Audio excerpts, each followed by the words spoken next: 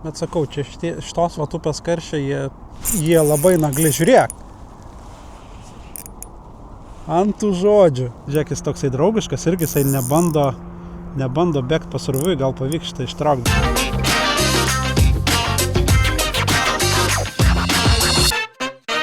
Sveiki, bičiuliai, šiandien testuoju toliau šitą Nano Jig kelioninį kotelį 4 dalių ir šiandien gilioj upėj bandau sugauti karšį.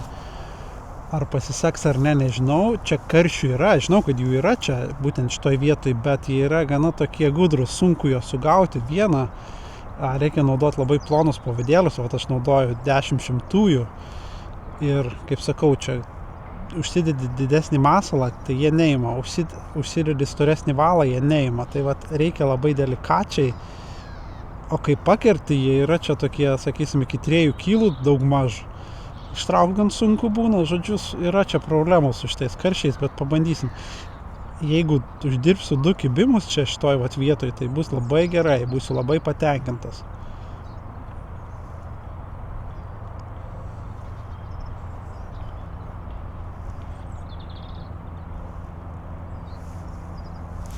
Vanduo yra šiek tiek susidrumstęs, tai yra privalumas. Jis nėra ten, kai kokia arbata su pienu, bet sakysim, matomumas kokį 70 gal centimetrų, gal 60 plus minus, taip sakyčiau.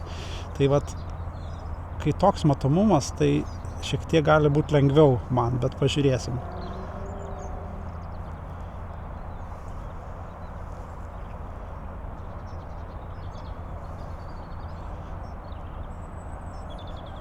Ir kas įdomu dar, su šitais karšiais užsidedi, sakysim, plonesnį valą, ten 800 ar ne? Tai yra 0,08 mm fluorokarboninė. Kibimų sulauksiu žymiai daugiau, bet tada neina jų ištraukti. Nes vis tiek čia yra tas rovė šiokia tokia, tai jie tenais, sakysim, su savo tuo kūnu kaip keptuvė pasileidžia pasroviui ir vėliau ar anksčiau arba atsikabina, arba nulupa valą. Tai 0,10 tai yra toksai jau, sakysim, toksai grubus kaip čia, bet geriau pabandyti pakirsti ir ištraukti, negu pakirsti ir neištraukti nieko.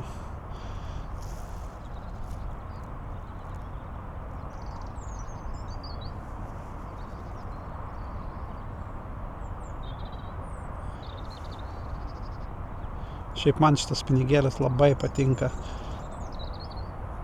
Jau daug žuvies su juo prigaudęs, jis puikiai linksta, labai jautrus. Puikiai su juo viskas.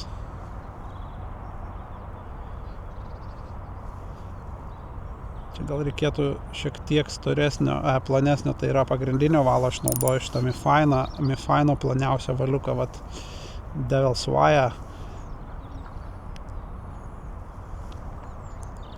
Bet čia tie karšiai juda, jie kartais netgi, sakysim, pasirodo paviršiui, tai jie juda, sakysim, tarp vandens sluoksnių nuo dugno iki paviršiaus, tai nebūtina pateikti net arti dugno. Idealiu atveju tai būtų, kaip visada, karšis mėgsta, sakysim, 0,5 metro nuo dugno. Tai kai nori sugauti su spinigu, jį pats geriausias variantas, bet pažiūrėkim. Kol kas nieko, keli metimai.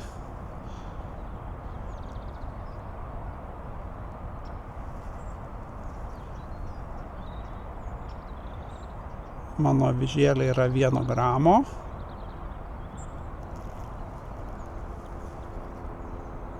Su whitebaituku mažu.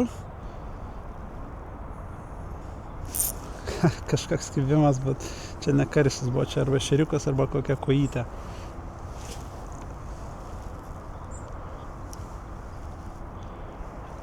Na, kur tu karšė?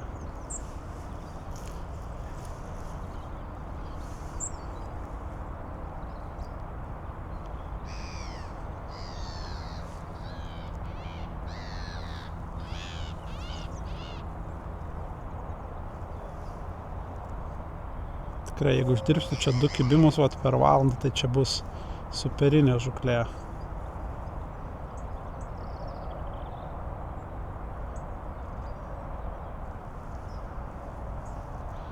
Aš tikrai žinau, kad stoviu geroj vietoj, čia tikrai jų čia yra aplinkui. Turėtų koks vienas ten maždaug pasirodyt, jei pasiseks, pamatysit paviršių, sakysim, jisai iškišnosi.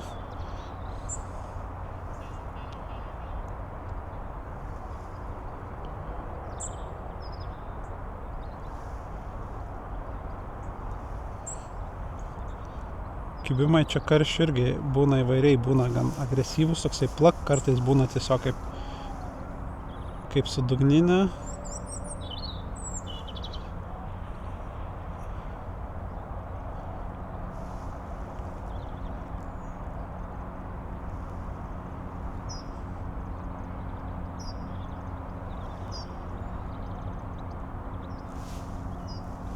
Bet kol kas nieko, tik ešeriukas ar kažkas tai bandė.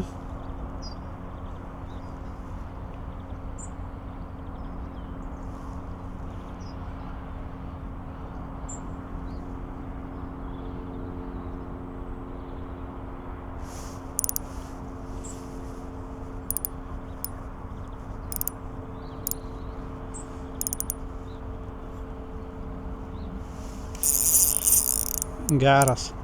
Makalavausi su stabdžiu, šiek tiek nuleidau ant dugno ir pastebėjau tik ant viršūnėlės. Ir va, turim pirmą karšį, bičiuliai. Geras, na čia man pasisekė. Žiūrėk, jis toksai draugiškas, irgi jisai nebando bėgt pasroviui, gal pavyks šitą ištraukti, bet reikia tuo stabdžio pabaigti čia makaluotis. Atsikabino! Velnias, aš sakiau jums, kaip sunku juos ištraukti čia. Paliko net gleivės šitas ant valo. Velnias! Kaip ir nieko blogo aš nepadariau čia, bet kabliukas super aštrus dar. Velnias! Na, šansą jau turėjau, bet pražiopsojau. Velnias! Neblogas karšis, 1,5 kilo, gal kilo kažkas toks. O tu velnias! Pabandysiu vėl tą pačią taktiką, šiek tiek lėčiau ir vat pamakaluot prie dugno labiau. Nes šitas tikrai paėmė arčiau dugno, nes aš, kaip matėt, makalavau su stabdžiu ir tada aš stebėjau viršūnėlę, žiūriu tik. Kibimukas, aš galvojau, kad gali būti ešeriukas, bet kaip pakirtau, tai buvo aišku, kad ne ešeriukas. Velnias! Gera proga ir šitas karšis toks nebėgo pasroviui, iš karto buvo draugiškas iki to momento, kol atsikabino. Ai, gyvatė. Po 100 pypkių. Na nieko. Svarbu nusiraminti dabar ir bandyti toliau. Kol kas vieni vartai, karšiai 1, pas mane 0. Bet aš sakiau jums, kad čia sunku su jais.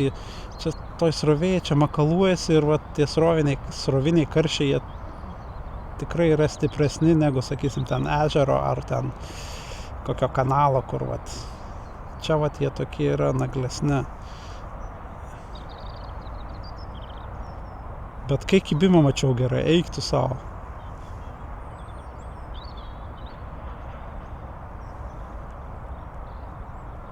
Šiaip neteko ilgai laukti, kiek čia, kokių 10 minučių žvejoju ir vat vienas jau buvo.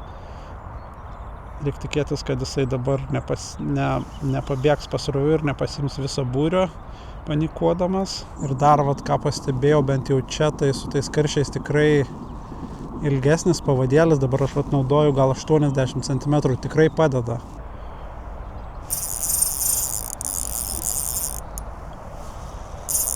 Čia net nežinau, nebloga žuvis, bet ar čia kas čia yra? Karšis atrodo. Nušakęs. Čia man kol kas sekasi. Prašau, neatsikabink. Toksai neaiškus visai kibimas buvo. Visai neaiškus kibimas. Bet pažiūrėkite akciją šito kotelio. Nu, puikiai jisai tvarkosi. Labai daug galios. Čia vat viršūnėlė linksta. Aš turiu blogą nuojautą apie šitą karšį. Šitas jau nėra iš tų draugiškų, man atrodo. Kai aš pakirtau, jisai plaukė link manęs, dėl to aš negalėjau suprasti, o tuo jisai pasileis pasroviui, manau. Bet kokiu atveju, kotelis dirba puikiai. Jau mačiau, neblogas karšis. Tai vat mano minimum rezultatas jau yra, jau 2 pakirtau, bet dabar ką čia, o neblogas. didesnis biškai. Matot, kaip čia tas karšis daro? Ta prasme, ranas bėga, kai koksai karpis, žinai. Man patinka, žiūrėk, jisai rūko mano stabdas, rūko. Velnas, jisai dabar jau bėga į pagrindinę srovę. Sakau, šitie upiniai karšiai, jie nervina mane. Tokia, kaip sako, love-hate santykiai, žinai, patinka, bet ir užknisa.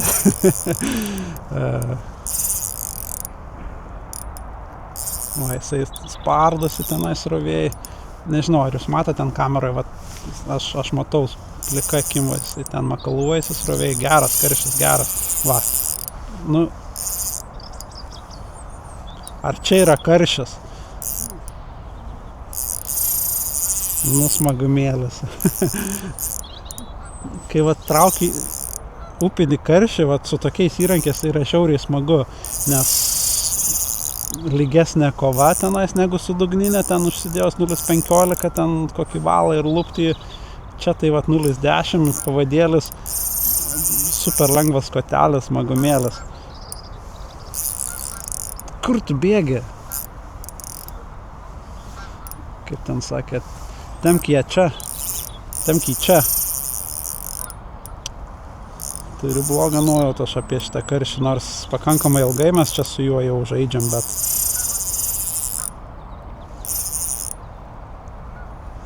tie upiniai karšiai ir pasiutę.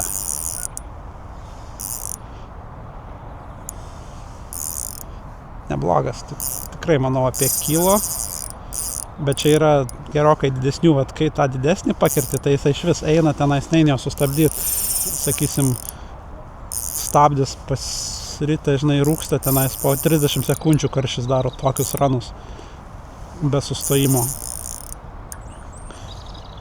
Jie naudoja tą savo svorį ir jiem tik biškai pasisukti reikia, srovė pagauna tą keptuvę, kaip sakant, ir tada jie tik kelis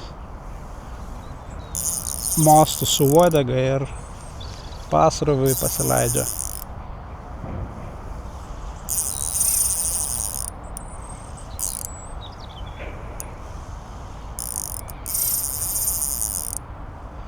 Na ir duodasi jisai čia, duodasi. Bet testas jau sėkmingas, jau 2 žuvis paturėjau, 2 karšius. Man atrodo, jau tuoj mes galėsime įbandyti kažką su juo. Jo, jisai jau tuoj, bet dar matau, dar ne visai. Įsikabinės tai yra vos. Pasimam graipštą.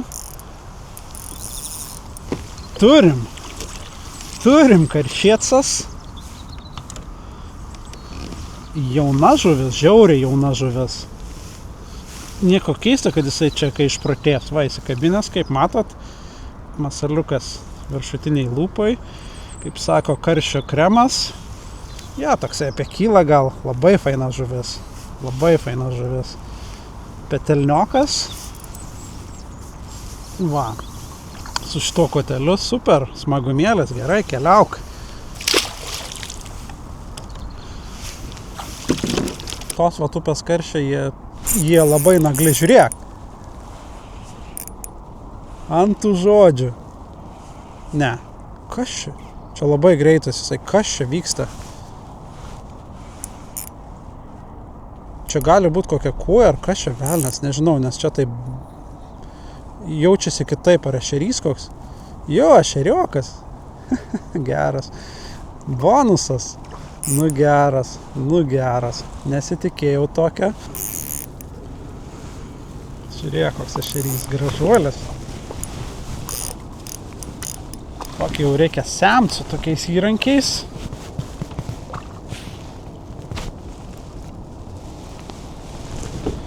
Geras. Oi, koks gražus jūs, pažiūrėkit. Įsikabinęs taip pat į nosį. Oi, koks gražus. Tai žiūrėkit, kokie pelekai ryškus. Nu ir gražuolis. Nu super, reikia pasakyti, toks ešeriokas, bus didesnių pažadų vėliau šiek tiek, bet Neatsispyrė, jėgelė. Gerai, bičiuliai, dar gal pažvėjom, gal kokių 10 minučių dabar tikrai po šito ešerio. Sakau, 10 minučių pažvėjom ir pažiūrim.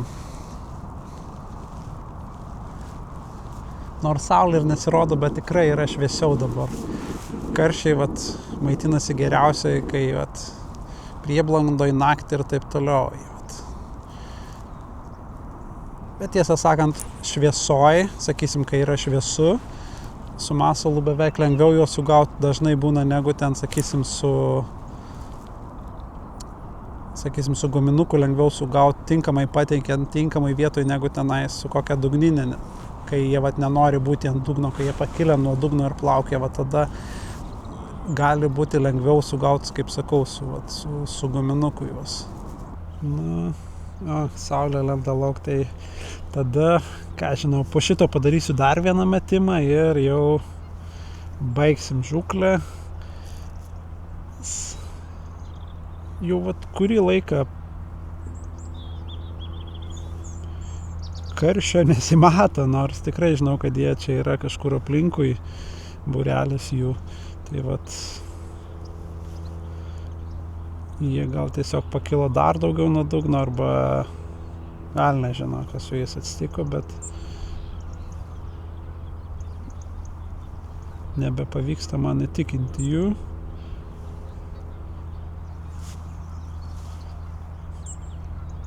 Tai matyt, viena iš priežasčių bus ta, kad pasidarė tiesiog per saulėtą, jie visai nebesigundo mano masalų.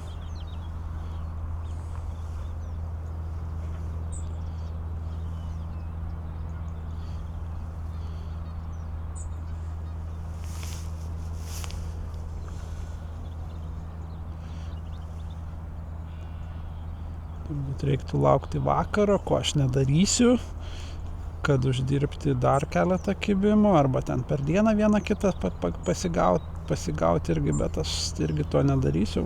Čia man greitai pavyko keletą kibimų uždirbti. Ir tie gerai, bičiuliai, paskutinis metimas ir baigsim šitą žūklę.